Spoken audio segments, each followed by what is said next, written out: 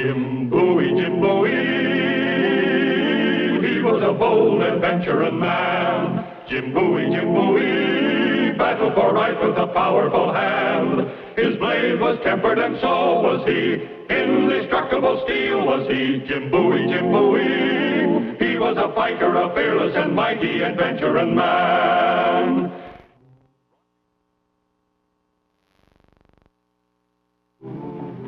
New Orleans in 1830 was legally part of the United States. Illegally, it was any man's city. A whirlpool of intrigue, violence, and murder. And now it had hit me, Jim Bowie. River pirates had made off with $10,000 worth of my trade goods. I wanted them back. A lady I knew had volunteered to help. I was waiting for her. Mademoiselle Dupré, I hope this won't put you in danger. No one saw me, and my coachman is loyal. Very kind of you to help me. No, monsieur. Selfish. I wish to return to France. If you get your goods back, you will be grateful, no? I'll be grateful. What'd you find out? Open, please. I'll only be a moment. Yes, ma'am. Come with me.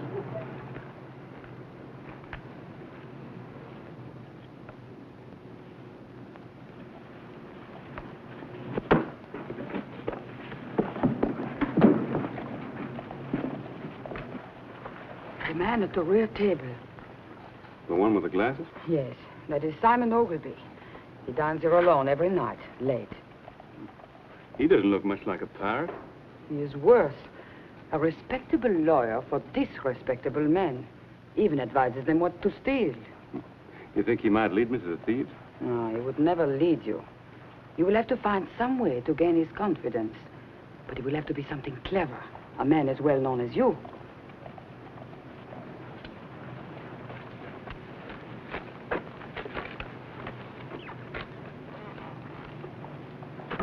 I will come to your hotel as soon as I learn something more. Quickly.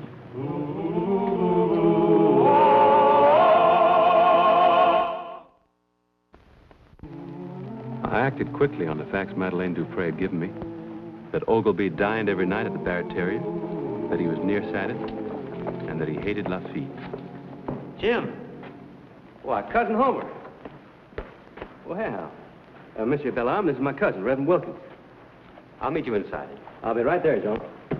Jim, boy, I've been looking high and low for you. Called at your lodgings 3 times today. Someone finally told me I might find you here at the theater. Yeah. Something I can do for you, cousin? We're in trouble, Jim. Bad trouble. Oh?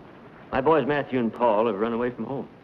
Well, that's not so bad. I did the same thing myself when I was 16. Yeah, but they didn't run off to make their own way like you did, Jim. They ran off to go filibustering in South America. And their mother hasn't heard a blessed word from them since they left home. Well, New Orleans is an exciting place. They've probably been too busy, you know what I mean? No, sir. Not my boys. If they haven't written their mother, something's happened to them. Something dreadful. Find them, Jim. Please, look for them. I don't know. Every time there's trouble in our family, Jim Bowie's got to saddle up and go help. Well, I'm sorry. This time, I'm going to help Jim Bowie for a change. I'm sorry, cousin. I'm busy. I understand, Jim. Look, why don't you go to the police? They can help you better than I can. I've been there, Jim. But I thank you for your kindly advice. Goodbye, Jim. Goodbye, Homer.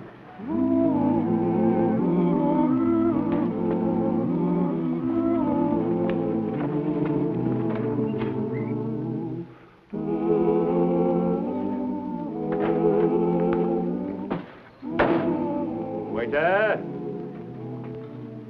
Yes, sir. Bottle of Madeira, Sonny. And hurry it up. I got a thirst that's pressing real close to my bad temper. Up to it. Shake a leg. Good. Well, don't stand there gawking, Sonny. Ain't you never seen a real saltwater sailor before? Go on, out of here.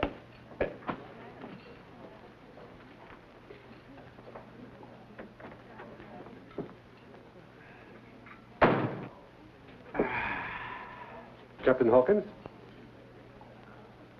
That's what they call me, sir. Captain Hawkins, late of His Majesty's Royal Navy. And who might you be? Jean-Jacques Toujours is my name, sir. I have the honor to represent Mr. Jim Bowie. He challenges you to a duel. Jim Bowie? That pigeon-hearted pig? He's calling me out, is he? Give me that card. Now, sir, you may inform that lily-livered poltroon that I'll meet him any time, any place. Go on now, off you go.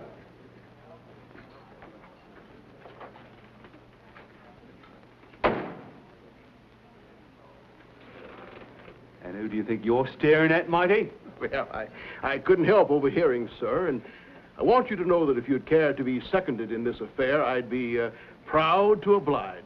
Well, that's very obliging of you, sir. Very obliging indeed. And may I have the acquaintance of your name, sir? Ogilvy's the name, Simon Ogilvy, but won't you join me here, sir? Well, I don't mind if I do, sir. I have some knowledge of this scoundrel Bowie who challenged you, Captain.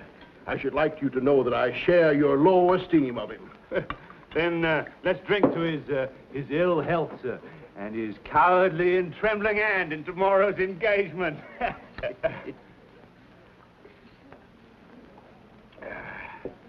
And may I ask, sir, what is your particular squall with Bowie? Oh, it's troublesome inquisitiveness. In a word, I find him nosy. Then fret no more, sir. Fret no more. Tomorrow he will be engaged and scuttled. And may I add that if you bring about the extinction of Mr. Bowie on the morrow, certain advantages may come your way. Tell me more, sir. Tell me more. I know more about you than you realize, Captain.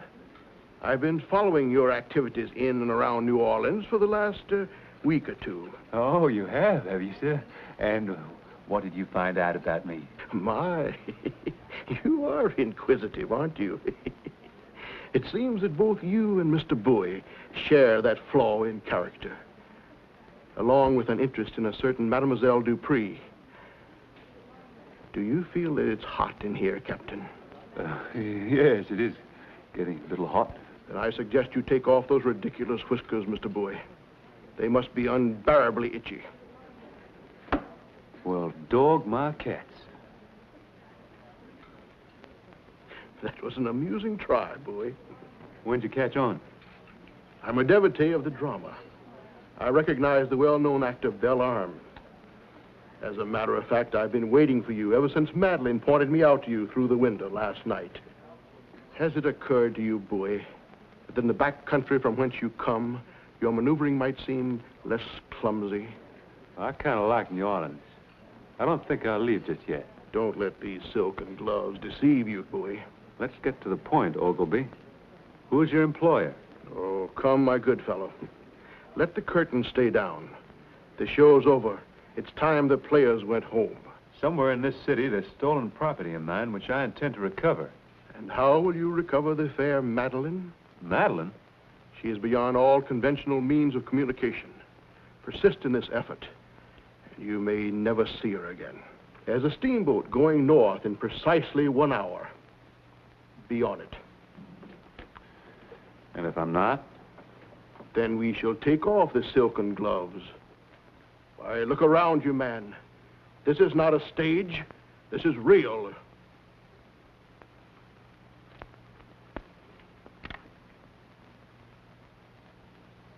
Could my carriage drive you to the steamboat wharf? You know, Ogilvy, there's one thing I've learned about you. And what's that? You're as blind as a bat without your glasses. Seize him! Seize him!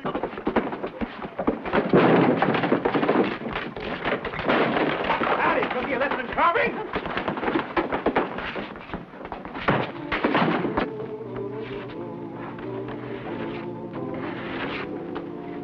Give him some more bruises and take him to his hotel.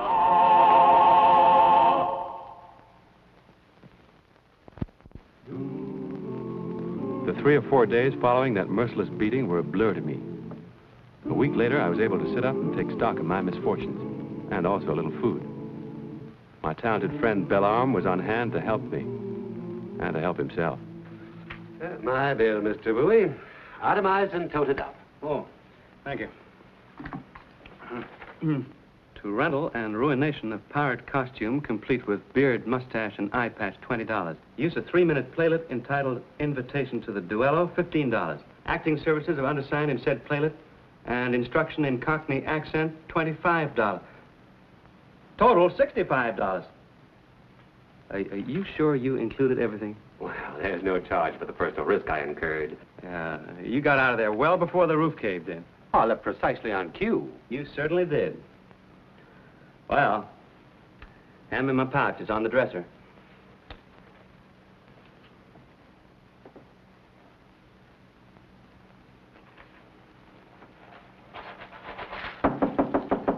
Oh, would you see who that is? Or will there be an extra charge? A lady. A young lady? No, a character woman. Mama. Mama, when did you... Who are you? Jean-Jacques Ballarme, tragedian, at your service, madame. Well, take your service someplace else. What's going to happen here is a family matter and strictly private. Invitation to the duello.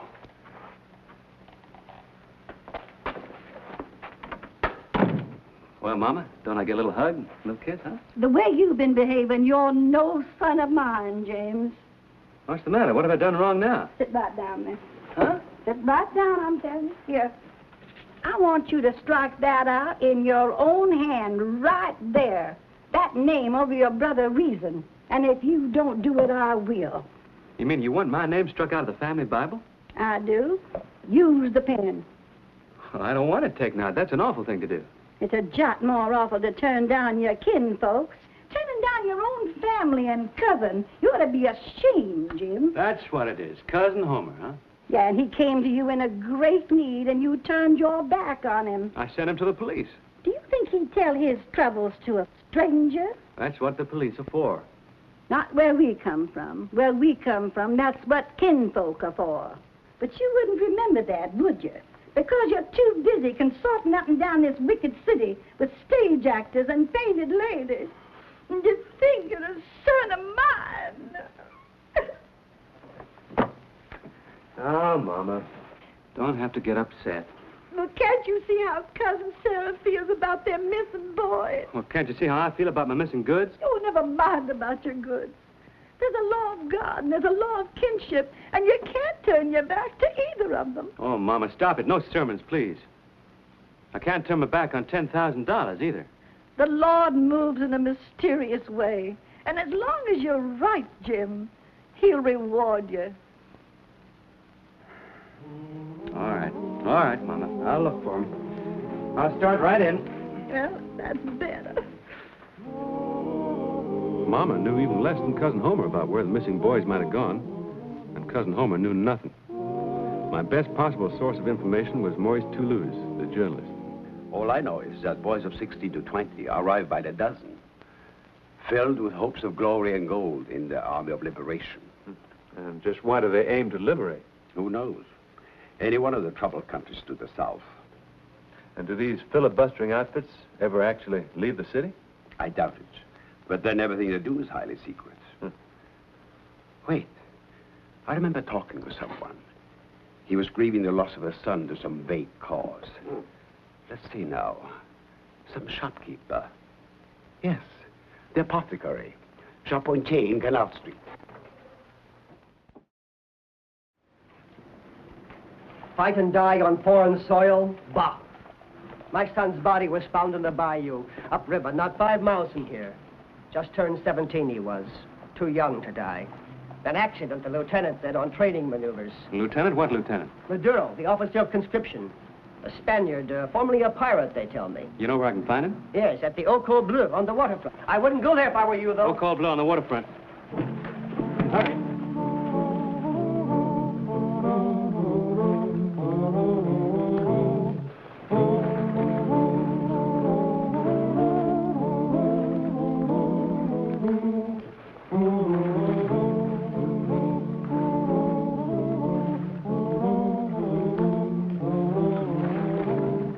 Senor Maduro will see you now, Mr. Bowie. Bowie.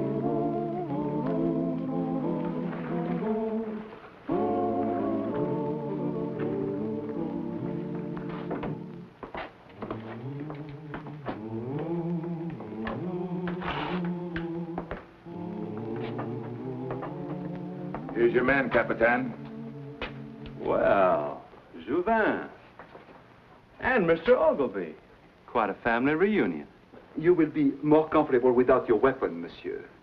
I have had reason to respect that knife. Oh, have you met Marcel, monsieur? To his intimates, he is better known as the Butcher of Barbados. So you must not let his air of gentility deceive you. He also is a formidable man with knives. Oh, but enough of the pleasantries, monsieur. You have come here for business. No. But after seeing some of my stolen goods and your wharf, we might as well put business on the agenda. This is regrettable, Bowie. You should have taken my advice. Funny thing is, it was someone else's advice that brought me here. It had nothing to do with stolen goods. I'm looking for two missing cousins of mine who might have been recruited by a man named Madero. You have reason to believe that they are among our conscripts? The trail seems to lead this way. Their names, please. Paul and Matthew Wilkins. Oh, I know them quite well, monsieur. High-spirited young men. In fact, much too high-spirited. We have had to discipline them. Yeah? To train our recruits for military service in foreign lands, we try to give them practical experience here, along the river. You mean like robbing barges and flatboats?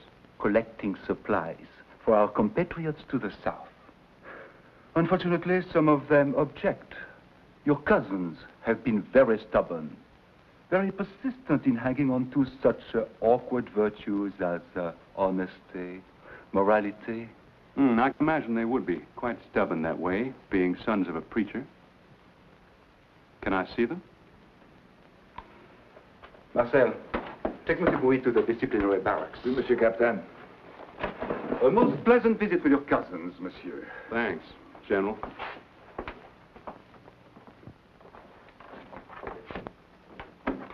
You and your knives are becoming legendary, Mr. Bowie. I'd like to cross blades with you someday. In a friendly way, of course. Yeah, I imagine you could be real friendly with a blade. The Butcher of Barbados, they call me.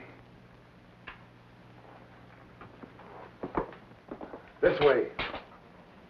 Didn't you once sail out of Trinidad on a brig called the Starlight? I did. A friend of mine was on that ship, a man called Mark Melville. He met with an accident, as I recall, sir. Yeah. Jailer.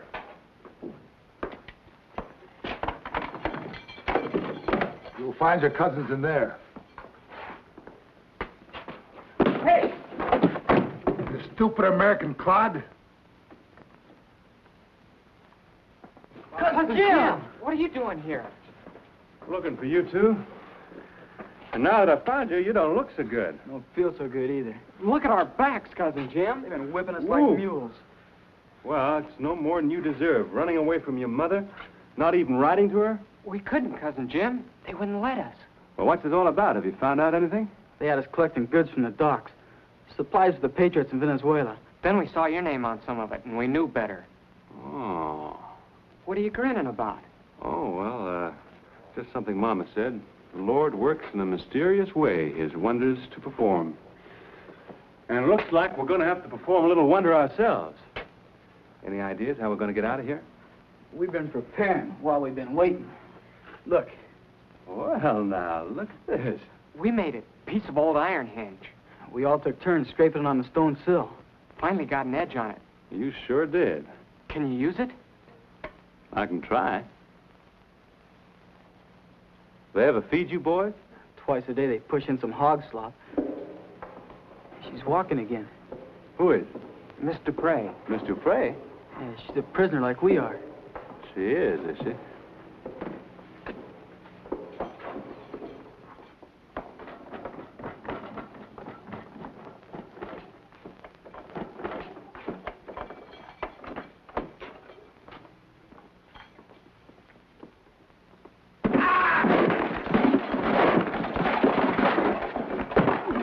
Give me the keys. Get back. Get back.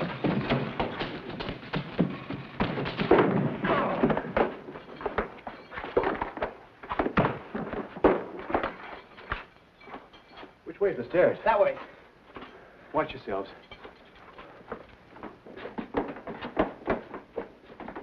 Look out!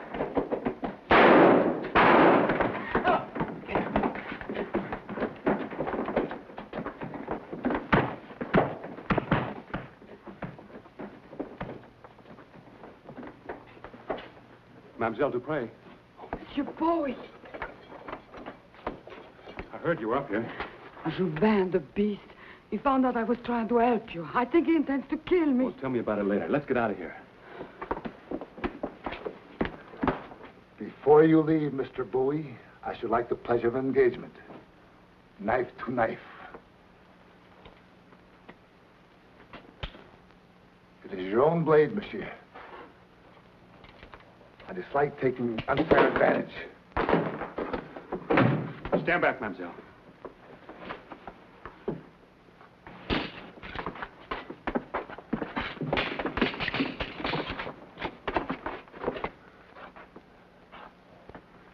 I knew the second mate on that ship. It was no accident to kill Mark Melville. He got a knife in the back. Yes, American, this one. It was the 9th notch. You see, I have a reputation, too. You will be the 10th and most famous of all my victims. Keep bragging, Butcher.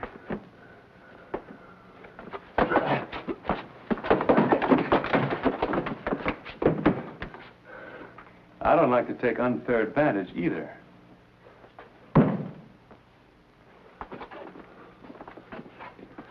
That was stupid of you, American. I can so easily break your bones. Come right ahead.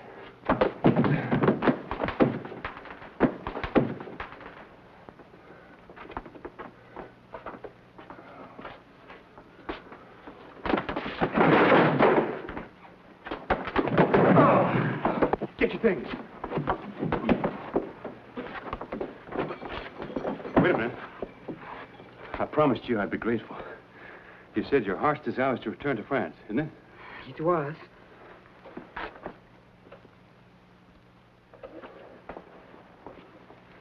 Rubies. They're worth a fortune. They ought to pay your passage back to France. That is only my second choice now. And your first? Don't you know, really? I'm nothing but trouble, Madeline. Nothing but trouble. You don't believe me? Ask my mother. Better hurry, cousin. Oh, boy. We got him down, but we can't guarantee how long. Well, come on.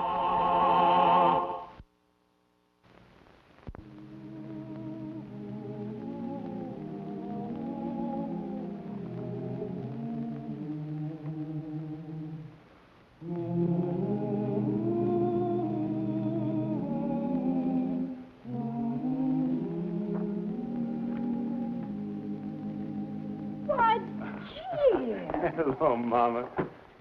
Just a minute. Did you find Cousin Homer's boys? Yes, I did. They're home safe and sound. I just came from there. Oh, the Lord be praised. I knew you could do it, Jim. Oh, you did, huh? I see you didn't take my name out of the Bible. Oh, sure. You knew I couldn't do that. No, I didn't. I wasn't sure. You can be pretty ornery sometimes. Are you all right? Yes, I am. We broke up that gang of river pirates, and their leaders are in jail. And your $10,000, did you get it back? Well, most of it. I lost around 1,000, I'd say. But it was worth it. I learned 2 lessons on this trip. What lessons? Well, first, you were right, Mama. The Lord does move in a mysterious way his wonders to perform. And second, there isn't an actress in New Orleans as pretty as you. Why, Jim. And here's the star of our show, Scott Forbes. Hello, everyone. Hope you enjoyed tonight's show. And we'll be with us again next week for another exciting adventure in the life of Jim Bowie. Jim Bowie, Jim Bowie, he was a bold adventuring man. Jim Bowie, battled for right with a powerful hand. His blade was tempered and so was he. Indestructible steel was he, Jim Bowie, Jim Bowie. He was a fighter, a fearless and mighty adventuring man. He roamed the wilderness unafraid, from Natchez to Rio Grande. With all the might of his gleaming blade, he fought for the rights of man. Jim Bowie, Jim Bowie. He was a fighter, a fearless and mighty adventuring man.